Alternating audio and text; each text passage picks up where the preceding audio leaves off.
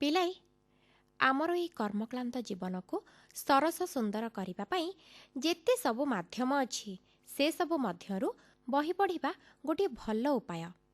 ଆଉ ବହି ପଢ଼ିବା ମଧ୍ୟ ବହୁତ ଭଲ ଅଭ୍ୟାସରେ ପିଲେ।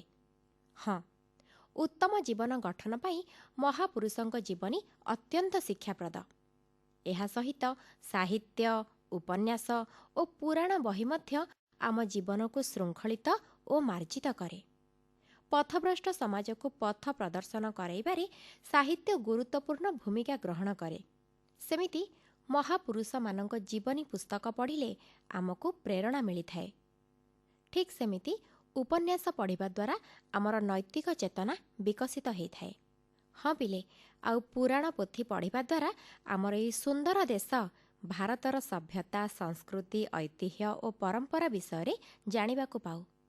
ସେଥିପାଇଁ ପିଲେ, ପାଠ ବହି ତ ପଢ଼ୁଛ, ତା ସହିତ ସମୟ ବାହାର କରି ପୁରାଣ, ସାହିତ୍ୟ, ଉପନ୍ୟାସ, ଗପ ବହି, କବିତା ଏସବୁ ପଢ଼ିଲେ ତମକୁ ବହୁତ କିଛି ଜାଣିବାକୁ ମିଳିବ। ଆଉ ସେମିତିରେ ବି କଥାରେ ଅଛି, ଜାଣିଲେ ଜିଣିବ। ବୁଝିଲ ତ ପିଲେ? ହଉ, ଏବେ ଆମ କାର୍ଯ୍ୟକ୍ରମରେ ଶୁଣିବା ଭଜନଟିଏ। ନାରାୟଣ ପ୍ରସାଦ ସିଂଙ୍କ ରଚନାରୁ ଗୀତଟିକୁ ତମମାନଙ୍କ ପାଇଁ ଗାଇଛନ୍ତି ପ୍ରିଲିପ୍ତା ମିଶ୍ର।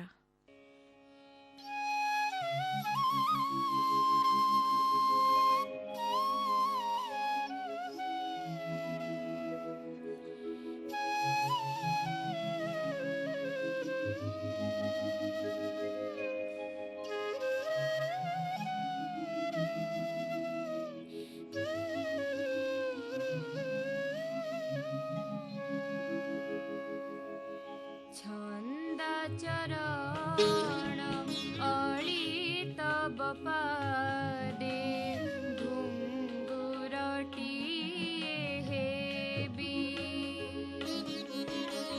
छंद चरण अळी तब पादे घुंगुरटिए हेबी ऋणु झुणु बाजे तू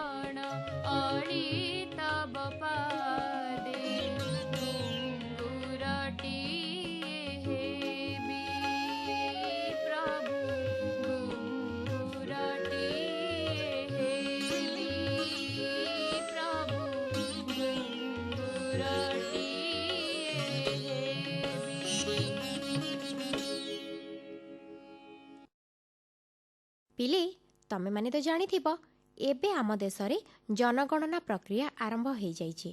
ହଁ, ଜନଗଣନା କହିଲେ ଦେଶର ଜନସଂଖ୍ୟାର ହିସାବକୁ ବୁଝାଏ। ଗୋଟିଏ ସ୍ୱାଧୀନ ରାଷ୍ଟ୍ରର ସାମଗ୍ରିକ ବିକାଶ, ବିଭିନ୍ନ ଉନ୍ନତିମୂଳକ ଯୋଜନା ଓ କାର୍ଯ୍ୟକ୍ରମର ସଫଳ ରୂପାୟନ ପାଇଁ ଜନଗଣନା ନିହାତି ଜରୁରୀ। ଜନଗଣନା ପ୍ରତି 10 ବର୍ଷରେ ଥରେ ହୋଇଥାଏ, ହେଲେ ଏଥର 14 ବର୍ଷ ପରେ ଜନଗଣନା ପ୍ରକ୍ରିୟା ଆରମ୍ଭ ହୋଇଛି। ଆଉ ପ୍ରଥମ ଥର ପାଇଁ ଆମ ଦେଶରେ ଚଳିତ ବର୍ଷ ଡିଜିଟାଲ ଜନଗଣନା କରାଯାଉଛି। ହଁ ପିଲେ, ବିକଶିତ ଭାରତ ଗଠନ ପାଇଁ ଏହି ଜନଗଣନାରେ ପ୍ରତ୍ୟେକ ନାଗରିକଙ୍କର ସହଯୋଗର ଆବଶ୍ୟକତା ରହିଛି। ଆସ ଏହି ବିଷୟରେ ଅଧିକ କିଛି ଶୁଣିବା, କହିଛନ୍ତି ବାଇଧର ନାୟକ। ପିଲାମାନେ, ଆଜି ଜନଗଣନା ବିଷୟରେ କିଛି ଜାଣିବା କଥା କହିବି। ପ୍ରଥମେ ଜାଣିବା ଜନଗଣନା କ'ଣ। ଜଣ ଜଣ କରି ସମଗ୍ର ଦେଶର ଲୋକମାନଙ୍କୁ ଗଣିବା ହିଁ ଜନଗଣନା। ଏହାଦ୍ୱାରା ଆମ ଦେଶର ଲୋକସଂଖ୍ୟା କେତେ ତାହା ସହଜରେ ଜାଣିହୁଏ। ଆମ ଦେଶର ଜନଗଣନା ପରି ସମଗ୍ର ବିଶ୍ୱରେ ମଧ୍ୟ ଜନଗଣନା ହୁଏ। ଆମ ଦେଶ ସ୍ୱାଧୀନ ହେବା ପୂର୍ବରୁ ଏହି ଜନଗଣନା କାର୍ଯ୍ୟ ଆରମ୍ଭ ହୋଇଥିଲା।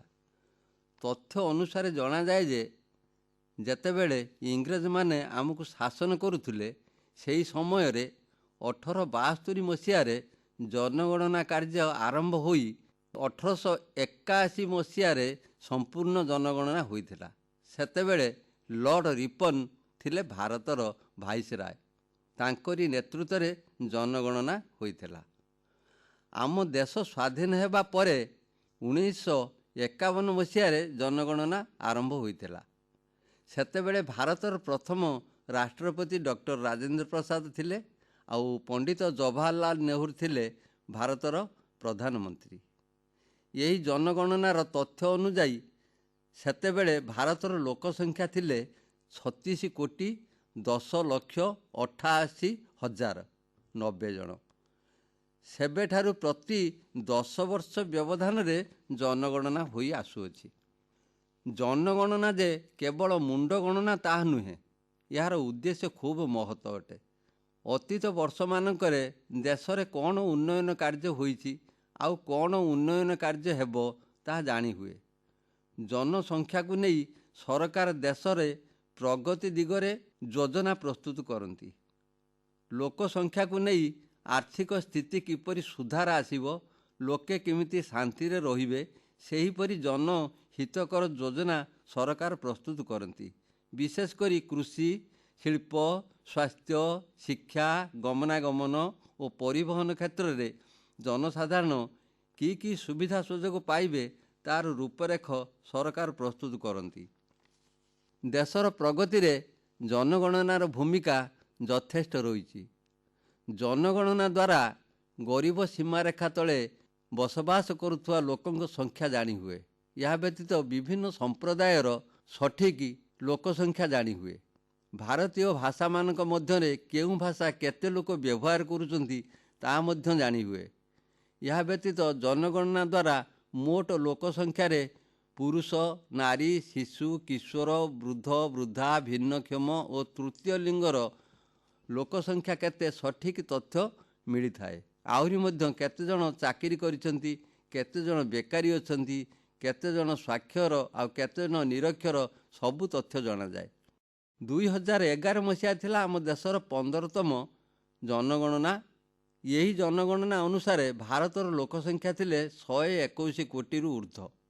ପ୍ରତି 10 ବର୍ଷ ଅନ୍ତରରେ 2021 ମସିହାରେ ଜନଗଣନା ହୋଇଥାନ୍ତା। କରୋନା ମହାମାରୀ ଯୋଗୁଁ ଜନଗଣନା କାର୍ଯ୍ୟ ବନ୍ଦ ଥିଲା।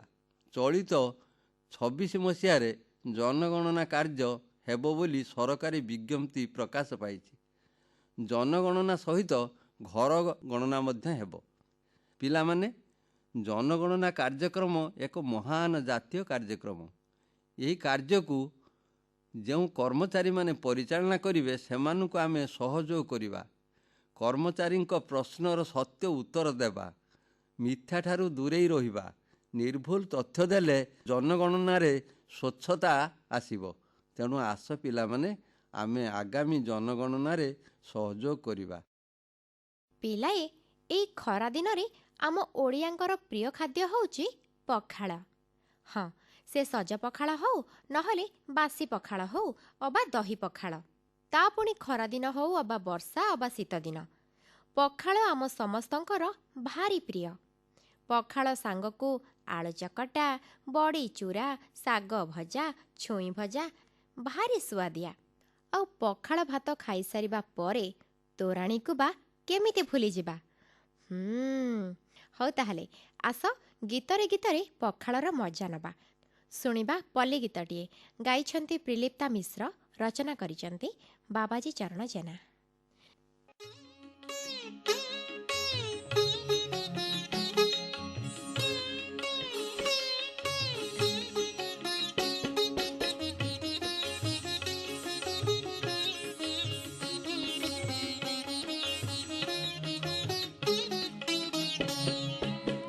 ପଖାଳରେ ପଖାଳ ମୁଁ ସଜ ପଖାଳ, ପଖାଳରେ ପଖାଳ ମୁଁ ସଜ ପଖାଳ, ଝୁରି ହୁଏ ମନ ତତେ ସଞ୍ଜ ସକାଳ, ନ ଦେଖିଲେ ତତେ ଦିନେ, ନ ଦେଖିଲେ ତତେ ଦିନେ ମନ ବିକଳ, ପଖାଳରେ ପଖାଳ ମୁଁ ସଜ ପଖାଳ, ପଖାଳରେ ପଖାଳ ମୁଁ ସଜ ପଖାଳ।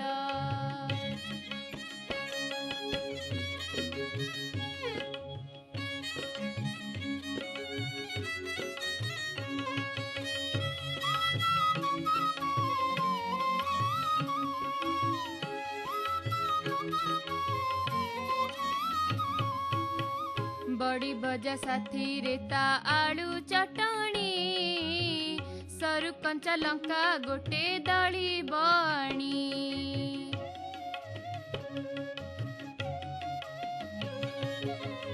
କଖାରୁ ପତରେ ଚୁନା ମାଛକୁ ପୋଡ଼ି, ହାତ ଚାଟି ଖାଉଥିବ ଗୁଣ୍ଡାକୁ ଭିଡ଼ି, ମଳୁ ବି ଉଠିବ ସେଜୁ, ମଳୁ ବି ଉଠିବ ସେଜୁ ଦେଖ ଏଥର, ପଖାଳରେ ପଖାଳ ମୁଁ ସଜ ପଖାଳ, ପଖାଳରେ ପଖାଳ ମୁଁ ସଜ ପଖାଳ।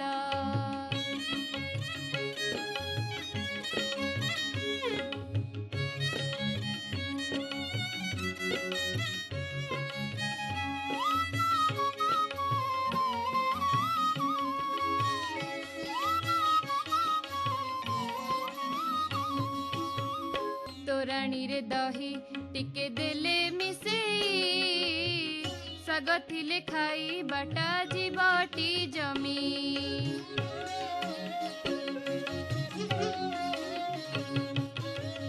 ଆମ୍ବୁଲ ଲଙ୍କା ରସୁଣ ଚକଟି ଦେଇ, ଚକା ପକେଇ ଖାଇବ ନିଶ ଫୁଲେଇ, ତୋ ପାଇଁ ଓଡ଼ିଆ ମନେ, ତୋ ପାଇଁ ଓଡ଼ିଆ ମନେ ଭାରି ଆଦର, ପଖାଳରେ ପଖାଳ ମୁଁ ସଜ ପଖାଳ, ପଖାଳରେ ପଖାଳ ମୁଁ ସଜ ପଖାଳ, ଝୁରି ହୁଏ ମନ ତତେ ସଞ୍ଜ ସକାଳ, ନ ଦେଖିଲେ ତତେ ଦିନେ, ନ ଦେଖିଲେ ତତେ ଦିନେ ମନ ବିକଳ, ପଖାଳରେ ପଖାଳ ମୁଁ ସଜ ପଖାଳ, ପଖାଳରେ ପଖାଳ ମୁଁ ସଜ ପଖାଳ, ପଖାଳରେ ପଖାଳ ମୁଁ ସଜ ପଖାଳ।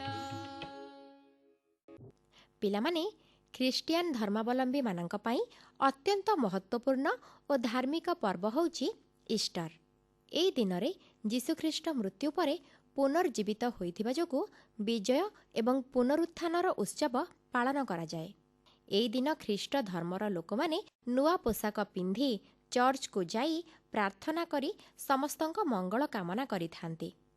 ଆସନ୍ତାକାଲି ହେଉଛି ଇଷ୍ଟର। ଆସ ଇଷ୍ଟରର ତାତ୍ପର୍ଯ୍ୟ ବିଷୟରେ ଅଧିକ କିଛି ଜାଣିବା। ତମମାନଙ୍କ ପାଇଁ କହିଛନ୍ତି ସୁଶ୍ରୀ ସାହୁ। ପିଲାମାନେ, ତୁମ ସମସ୍ତଙ୍କୁ ଇଷ୍ଟର ବା ପୁନରୁତ୍ଥାନ ଦିବସର ଅନେକ ହାର୍ଦ୍ଦିକ ଶୁଭେଚ୍ଛା। ଶୁଭ ଶୁକ୍ରବାର ବା ଗୁଡ୍ ଫ୍ରାଇଡେର ଗୋଟିଏ ଦିନ ପରେ ଆମେ ଯୀଶୁଙ୍କର ପୁନରୁତ୍ଥାନ ଦିବସ ପାଳନ କରିଥାଉ। ଏହି ଶୁଭ ଶୁକ୍ରବାର ଦିନ ସମସ୍ତ ମାନବ ଜାତିର ପାପ ପାଇଁ ଯୀଶୁ କ୍ରୁଶୀୟ ମୃତ୍ୟୁବରଣ କରିଥିଲେ। ସଂକ୍ଷେପରେ କହିବାକୁ ଗଲେ ମାନବ ଜାତି ପାଇଁ ପରିତ୍ରାଣର କାର୍ଯ୍ୟ ସାଧନ କରିଥିଲେ।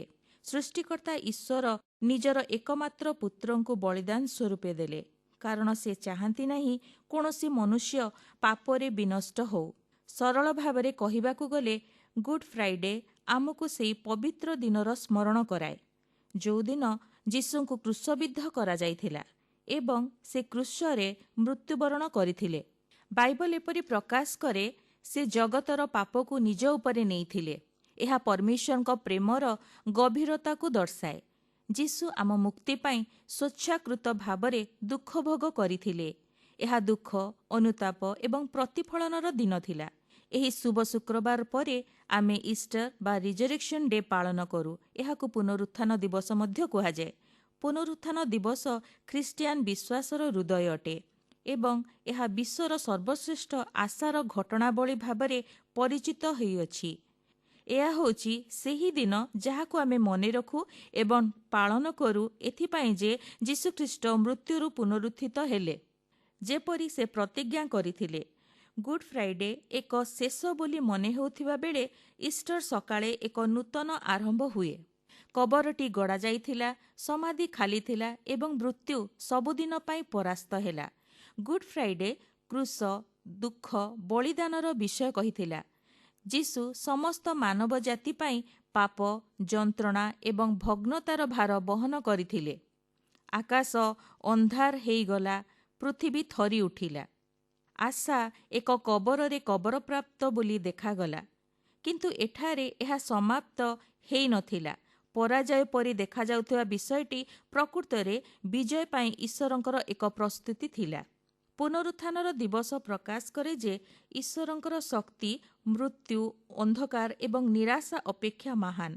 ତୃତୀୟ ଦିନ ସକାଳେ କିଛି ମହିଳାମାନେ ଏକ ମୃତ ଶରୀର ପାଇବା ଆଶାରେ କବର ପାଖକୁ ଯାଇଥିଲେ, କିନ୍ତୁ ବାଇବଲ ପ୍ରକାଶ କରେ ସେଠାରେ ଏକ ଶକ୍ତିଶାଳୀ ଘୋଷଣା ସେମାନେ ଶୁଣିଲେ, ସେ ଏଠାରେ ନାହାନ୍ତି, ସେ ଉଠିଅଛନ୍ତି। ସେହି ଗୋଟିଏ ବାକ୍ୟ ଇତିହାସକୁ ବଦଳାଇ ଦେଇଥିଲା। ପୁନରୁତ୍ଥାନ ନିଶ୍ଚିତ କଲା ଯେ ଯୀଶୁ ପ୍ରକୃତରେ ପରମେଶ୍ୱରଙ୍କ ପୁତ୍ର ଏବଂ ତାଙ୍କ ଦ୍ୱାରା ଦିଆଯାଇଥିବା ପ୍ରତ୍ୟେକ ପ୍ରତିଜ୍ଞା ବିଶ୍ୱସ୍ତତାର ଚିହ୍ନ। ପାପର ଆଉ ଲେଶ ମାତ୍ର ନାହିଁ। ମୃତ୍ୟୁ ଆଉ କବରରେ ଜୀବନକର୍ତ୍ତାଙ୍କୁ ଧାରଣ କରିପାରିଲା ନାହିଁ। ପୁନରୁତ୍ଥାନ ଦିବସ କେବଳ ଅତୀତର ଏକ ଘଟଣା ନୁହଁ, ଏହା ଆଜିର ଏକ ଜୀବନ୍ତ ବାସ୍ତବତାର ବିଷୟ, କାରଣ ଯୀଶୁ ବଞ୍ଚିଛନ୍ତି, କ୍ଷମା ପ୍ରକୃତ, ଅନୁଗ୍ରହ ଉପଲବ୍ଧ ଏବଂ ଅନନ୍ତ ଜୀବନର ପ୍ରତିଜ୍ଞା କରାଯାଇଛି। ପୁନରୁତ୍ଥାନ ବିଶ୍ୱାସୀମାନଙ୍କୁ ଆଶ୍ୱାସନା ଦିଏ ଯେ ଦୁଃଖ କଷ୍ଟ କ୍ଷଣକାଳ ସ୍ଥାୟୀ, ପରୀକ୍ଷା ସ୍ଥାୟୀ ନୁହେଁ ଏବଂ ପରମେଶ୍ୱର ଜୀବନକୁ ନିର୍ଜୀବ ପରିସ୍ଥିତିରୁ ବାହାର କରିପାରନ୍ତି। ଯିଏ ଶୁକ୍ରବାର ଦିନ ମରିଥିଲେ ସେ ରବିବାର ଦିନ ପୁନରୁତ୍ଥିତ ହେଇଗଲେ। ଏହା ଆମକୁ ଶିକ୍ଷା ଦେଉଛି ଯେ ପରମେଶ୍ୱର ଶେଷ ମୁହୂର୍ତ୍ତରେ ଆଶ୍ଚର୍ଯ୍ୟଜନକ କାର୍ଯ୍ୟର ଅଧିକାରୀ। ବିଶ୍ୱାସୀମାନଙ୍କ ପାଇଁ ପୁନରୁତ୍ଥାନ ଏକ ବ୍ୟକ୍ତିଗତ ଆଶା ସଞ୍ଚାର କରିଥାଏ। ଏହା ଆମକୁ କହେ ଯେ ଆମର ବିଫଳତା ଶେଷ ନୁହେଁ, ଆମର କ୍ଷତ ସୁସ୍ଥ ହୋଇପାରେ ଏବଂ ଆମର ଭବିଷ୍ୟତ ଖ୍ରୀଷ୍ଟଙ୍କଠାରେ ସୁରକ୍ଷିତ। ଯୀଶୁଙ୍କୁ ମୃତ୍ୟୁରୁ ଉଠାଇଥିବା ସମାନ ଶକ୍ତି ବିଶ୍ୱାସୀମାନଙ୍କ ମଧ୍ୟରେ କାର୍ଯ୍ୟ କରୁଛି। ଏହା ଭୟକୁ ଦୂର କରିବାକୁ ଶକ୍ତି, ଅନିଶ୍ଚିତତାର ସମ୍ମୁଖୀନ ହେବାର ସାହସ ଏବଂ ଜୀବନର ନୂତନତାରେ ଚାଲିବା ପାଇଁ ବିଶ୍ୱାସ ପ୍ରଦାନ କରେ। ପୁନରୁତ୍ଥାନ ଦିନ ଆମକୁ ଭିନ୍ନ ଭାବରେ ବଞ୍ଚିବାକୁ ମଧ୍ୟ ପ୍ରୋତ୍ସାହିତ କରେ। ପାପ, ସନ୍ଦେହ, ତିକ୍ତତା ଏବଂ ଭୟର ବିଷୟକୁ ପଛରେ ପକାଇ ପୁନରୁତ୍ଥାନ ଶକ୍ତିରେ ଚାଲିବାକୁ ଆମକୁ ନିମନ୍ତ୍ରଣ କରାଯାଇଅଛି। ଅନ୍ଧକାର ଦ୍ୱାରା ବ୍ୟାପ୍ତ ଏହି ଜଗତରେ ଆମକୁ ଆଶା, ସ୍ନେହ, ପ୍ରେମ ଏବଂ ଆଲୋକର ମଣିଷ ଭାବରେ ବଞ୍ଚିବାକୁ ଆହ୍ୱାନ କରାଯାଇଛି। ପୁନରୁତ୍ଥିତ ଖ୍ରୀଷ୍ଟ ତାଙ୍କ ଅନୁଗାମୀମାନଙ୍କୁ ଏକ ଭରସାର ବାର୍ତ୍ତା ଦିଅନ୍ତି, ଜୀବନ ଜିତିଛି, ପ୍ରେମ ଜିତିଛି ଏବଂ ଆଶା ଜୀବିତ। ଯେତେବେଳେ ଆମେ ପୁନରୁତ୍ଥାନ ଦିବସ ପାଳନ କରୁ, ଏହା ଆମକୁ ମନେ ପକାଇ ଦିଏ ଯେ ପ୍ରଭୁ ଯୀଶୁଙ୍କର ମୃତ୍ୟୁ ଏକ କବରରେ ଶେଷ ହୋଇନାହିଁ। ଏହା ଏକ ପୁନରୁତ୍ଥିତ ତ୍ରାଣକର୍ତ୍ତା, ଏକ ଖୋଲା ସ୍ୱର୍ଗ ଏବଂ ଏକ ପ୍ରତିଶ୍ରୁତି ସହିତ ଶେଷ ହୁଏ ଯେ ସେ ଜୀବିତ, ଆମେ ମଧ୍ୟ ବିଶ୍ୱାସରେ ଜୀବିତ ରହିବୁ। ଏହା ପୁନରୁତ୍ଥାନ ଦିବସର ଆନନ୍ଦ। ପ୍ରଭୁ ଯୀଶୁ ଜୀବିତ ଏବଂ ତାଙ୍କ ପୁନରୁତ୍ଥାନ ଆମ ଅସଜଡ଼ା ଜୀବନକୁ ସଜାଡ଼ିବା, ଭଗ୍ନ ହୃଦୟକୁ ସ୍ନେହ ପ୍ରେମରେ ଯୋଡ଼ି ସାନ୍ତ୍ୱନା ଦେବା ଏବଂ ଜଗତର ପୁନରୁଦ୍ଧାର କରିବା ପ୍ରକ୍ରିୟା ଜାରି ରଖିଛି। ଜାଣିଲ ପିଲାମାନେ? ସେ ମାଟି ନୁହେଁ, ସେ ଆମ ମା। ଆଉ ସେଇ ମାର ନାଁ ହେଲା ଭାରତ ମା। ଆସ ସେଇ ମାର ଗୁଣଗାନ କରିବା, ଶୁଣିବା ଦେଶ ବନ୍ଦନା। ବୃନ୍ଦାବନ ଜେନାଙ୍କ ରଚନାରୁ ଗୀତଟିକୁ ତମାନଙ୍କ ପାଇଁ ଗାଇଛନ୍ତି ଶ୍ୱେତପଦ୍ମା ରାଉତ।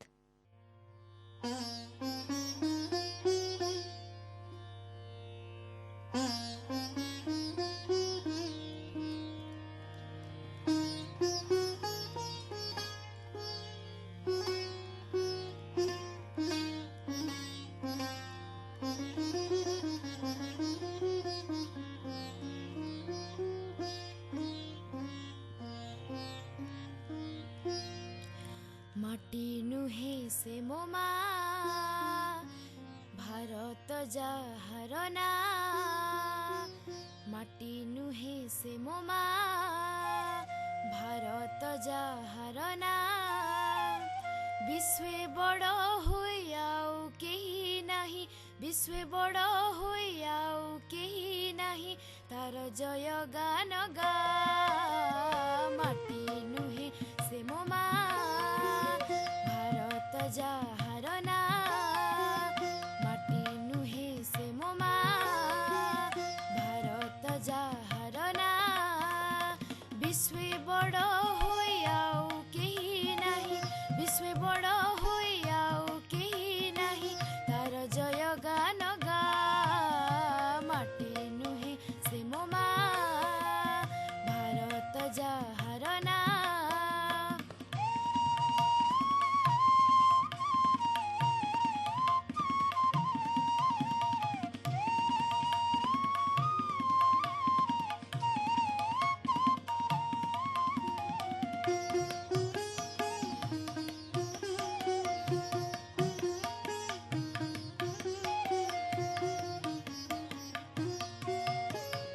ଆମରି ଦେହର ପ୍ରତି ଅଙ୍ଗ ପରି, କଳିଙ୍ଗ ବଙ୍ଗ ବା କର୍ଣ୍ଣାଟକ ମାରି। ଆମରି ଦେହର ପ୍ରତି ଅଙ୍ଗ ପରି, କଳିଙ୍ଗ ବଙ୍ଗ ବା କର୍ଣ୍ଣାଟକ ମାରି। ଭିନ୍ନ ନାମେ ସେ ତ ଭାରତ ମାତାର, ଭିନ୍ନ ନାମେ ସେ ତ ଭାରତ ମାତାର, ଅଙ୍ଗ ଶୋଭାରାଜି ଯାହା। ମାଟି ନୁହେଁ ସେ ମୋ ମା, ଭାରତ ଯାହାର ନାଁ। ମାଟି ନୁହେଁ ସେ ମୋ ମା, ଭାରତ ଯାହାର ନାଁ।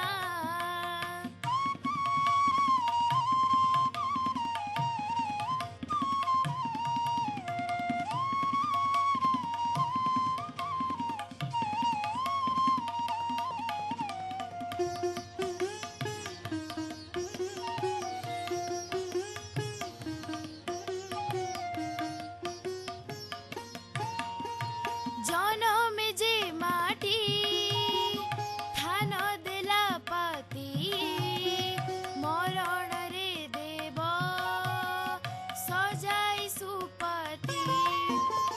জনমে যে মাটি ধান দেলা পাতি, মরণরে দেব সজাই সুপাতি। জীবন কাଳରେ অন্ন বস্ত্র সাথে, জীবন কাଳରେ অন্ন বস্ত্র সাথে, দেব পবনর ছুঁয়া। মাটি নୁହେଁ ସେ ମୋ ମା, ଭାରତ ଯାହାର ନାଁ। ମାଟି ନୁହେଁ ସେ ମୋ ମା, ଭାରତ ଯାହାର ନାଁ। ବିଶ୍ୱେ ବଡ଼ ହୋଇ ଆଉ କେହି ନାହିଁ, ବିଶ୍ୱେ ବଡ଼ ହୋଇ ଆଉ କେହି ନାହିଁ, ତାର ଜୟ ଗାନ ଗା। ମାଟି ନୁହେଁ ସେ ମୋ ମା, ଭାରତ ଯାହାର ନାଁ। ମାଟି ନୁହେଁ ସେ ମୋ ମା,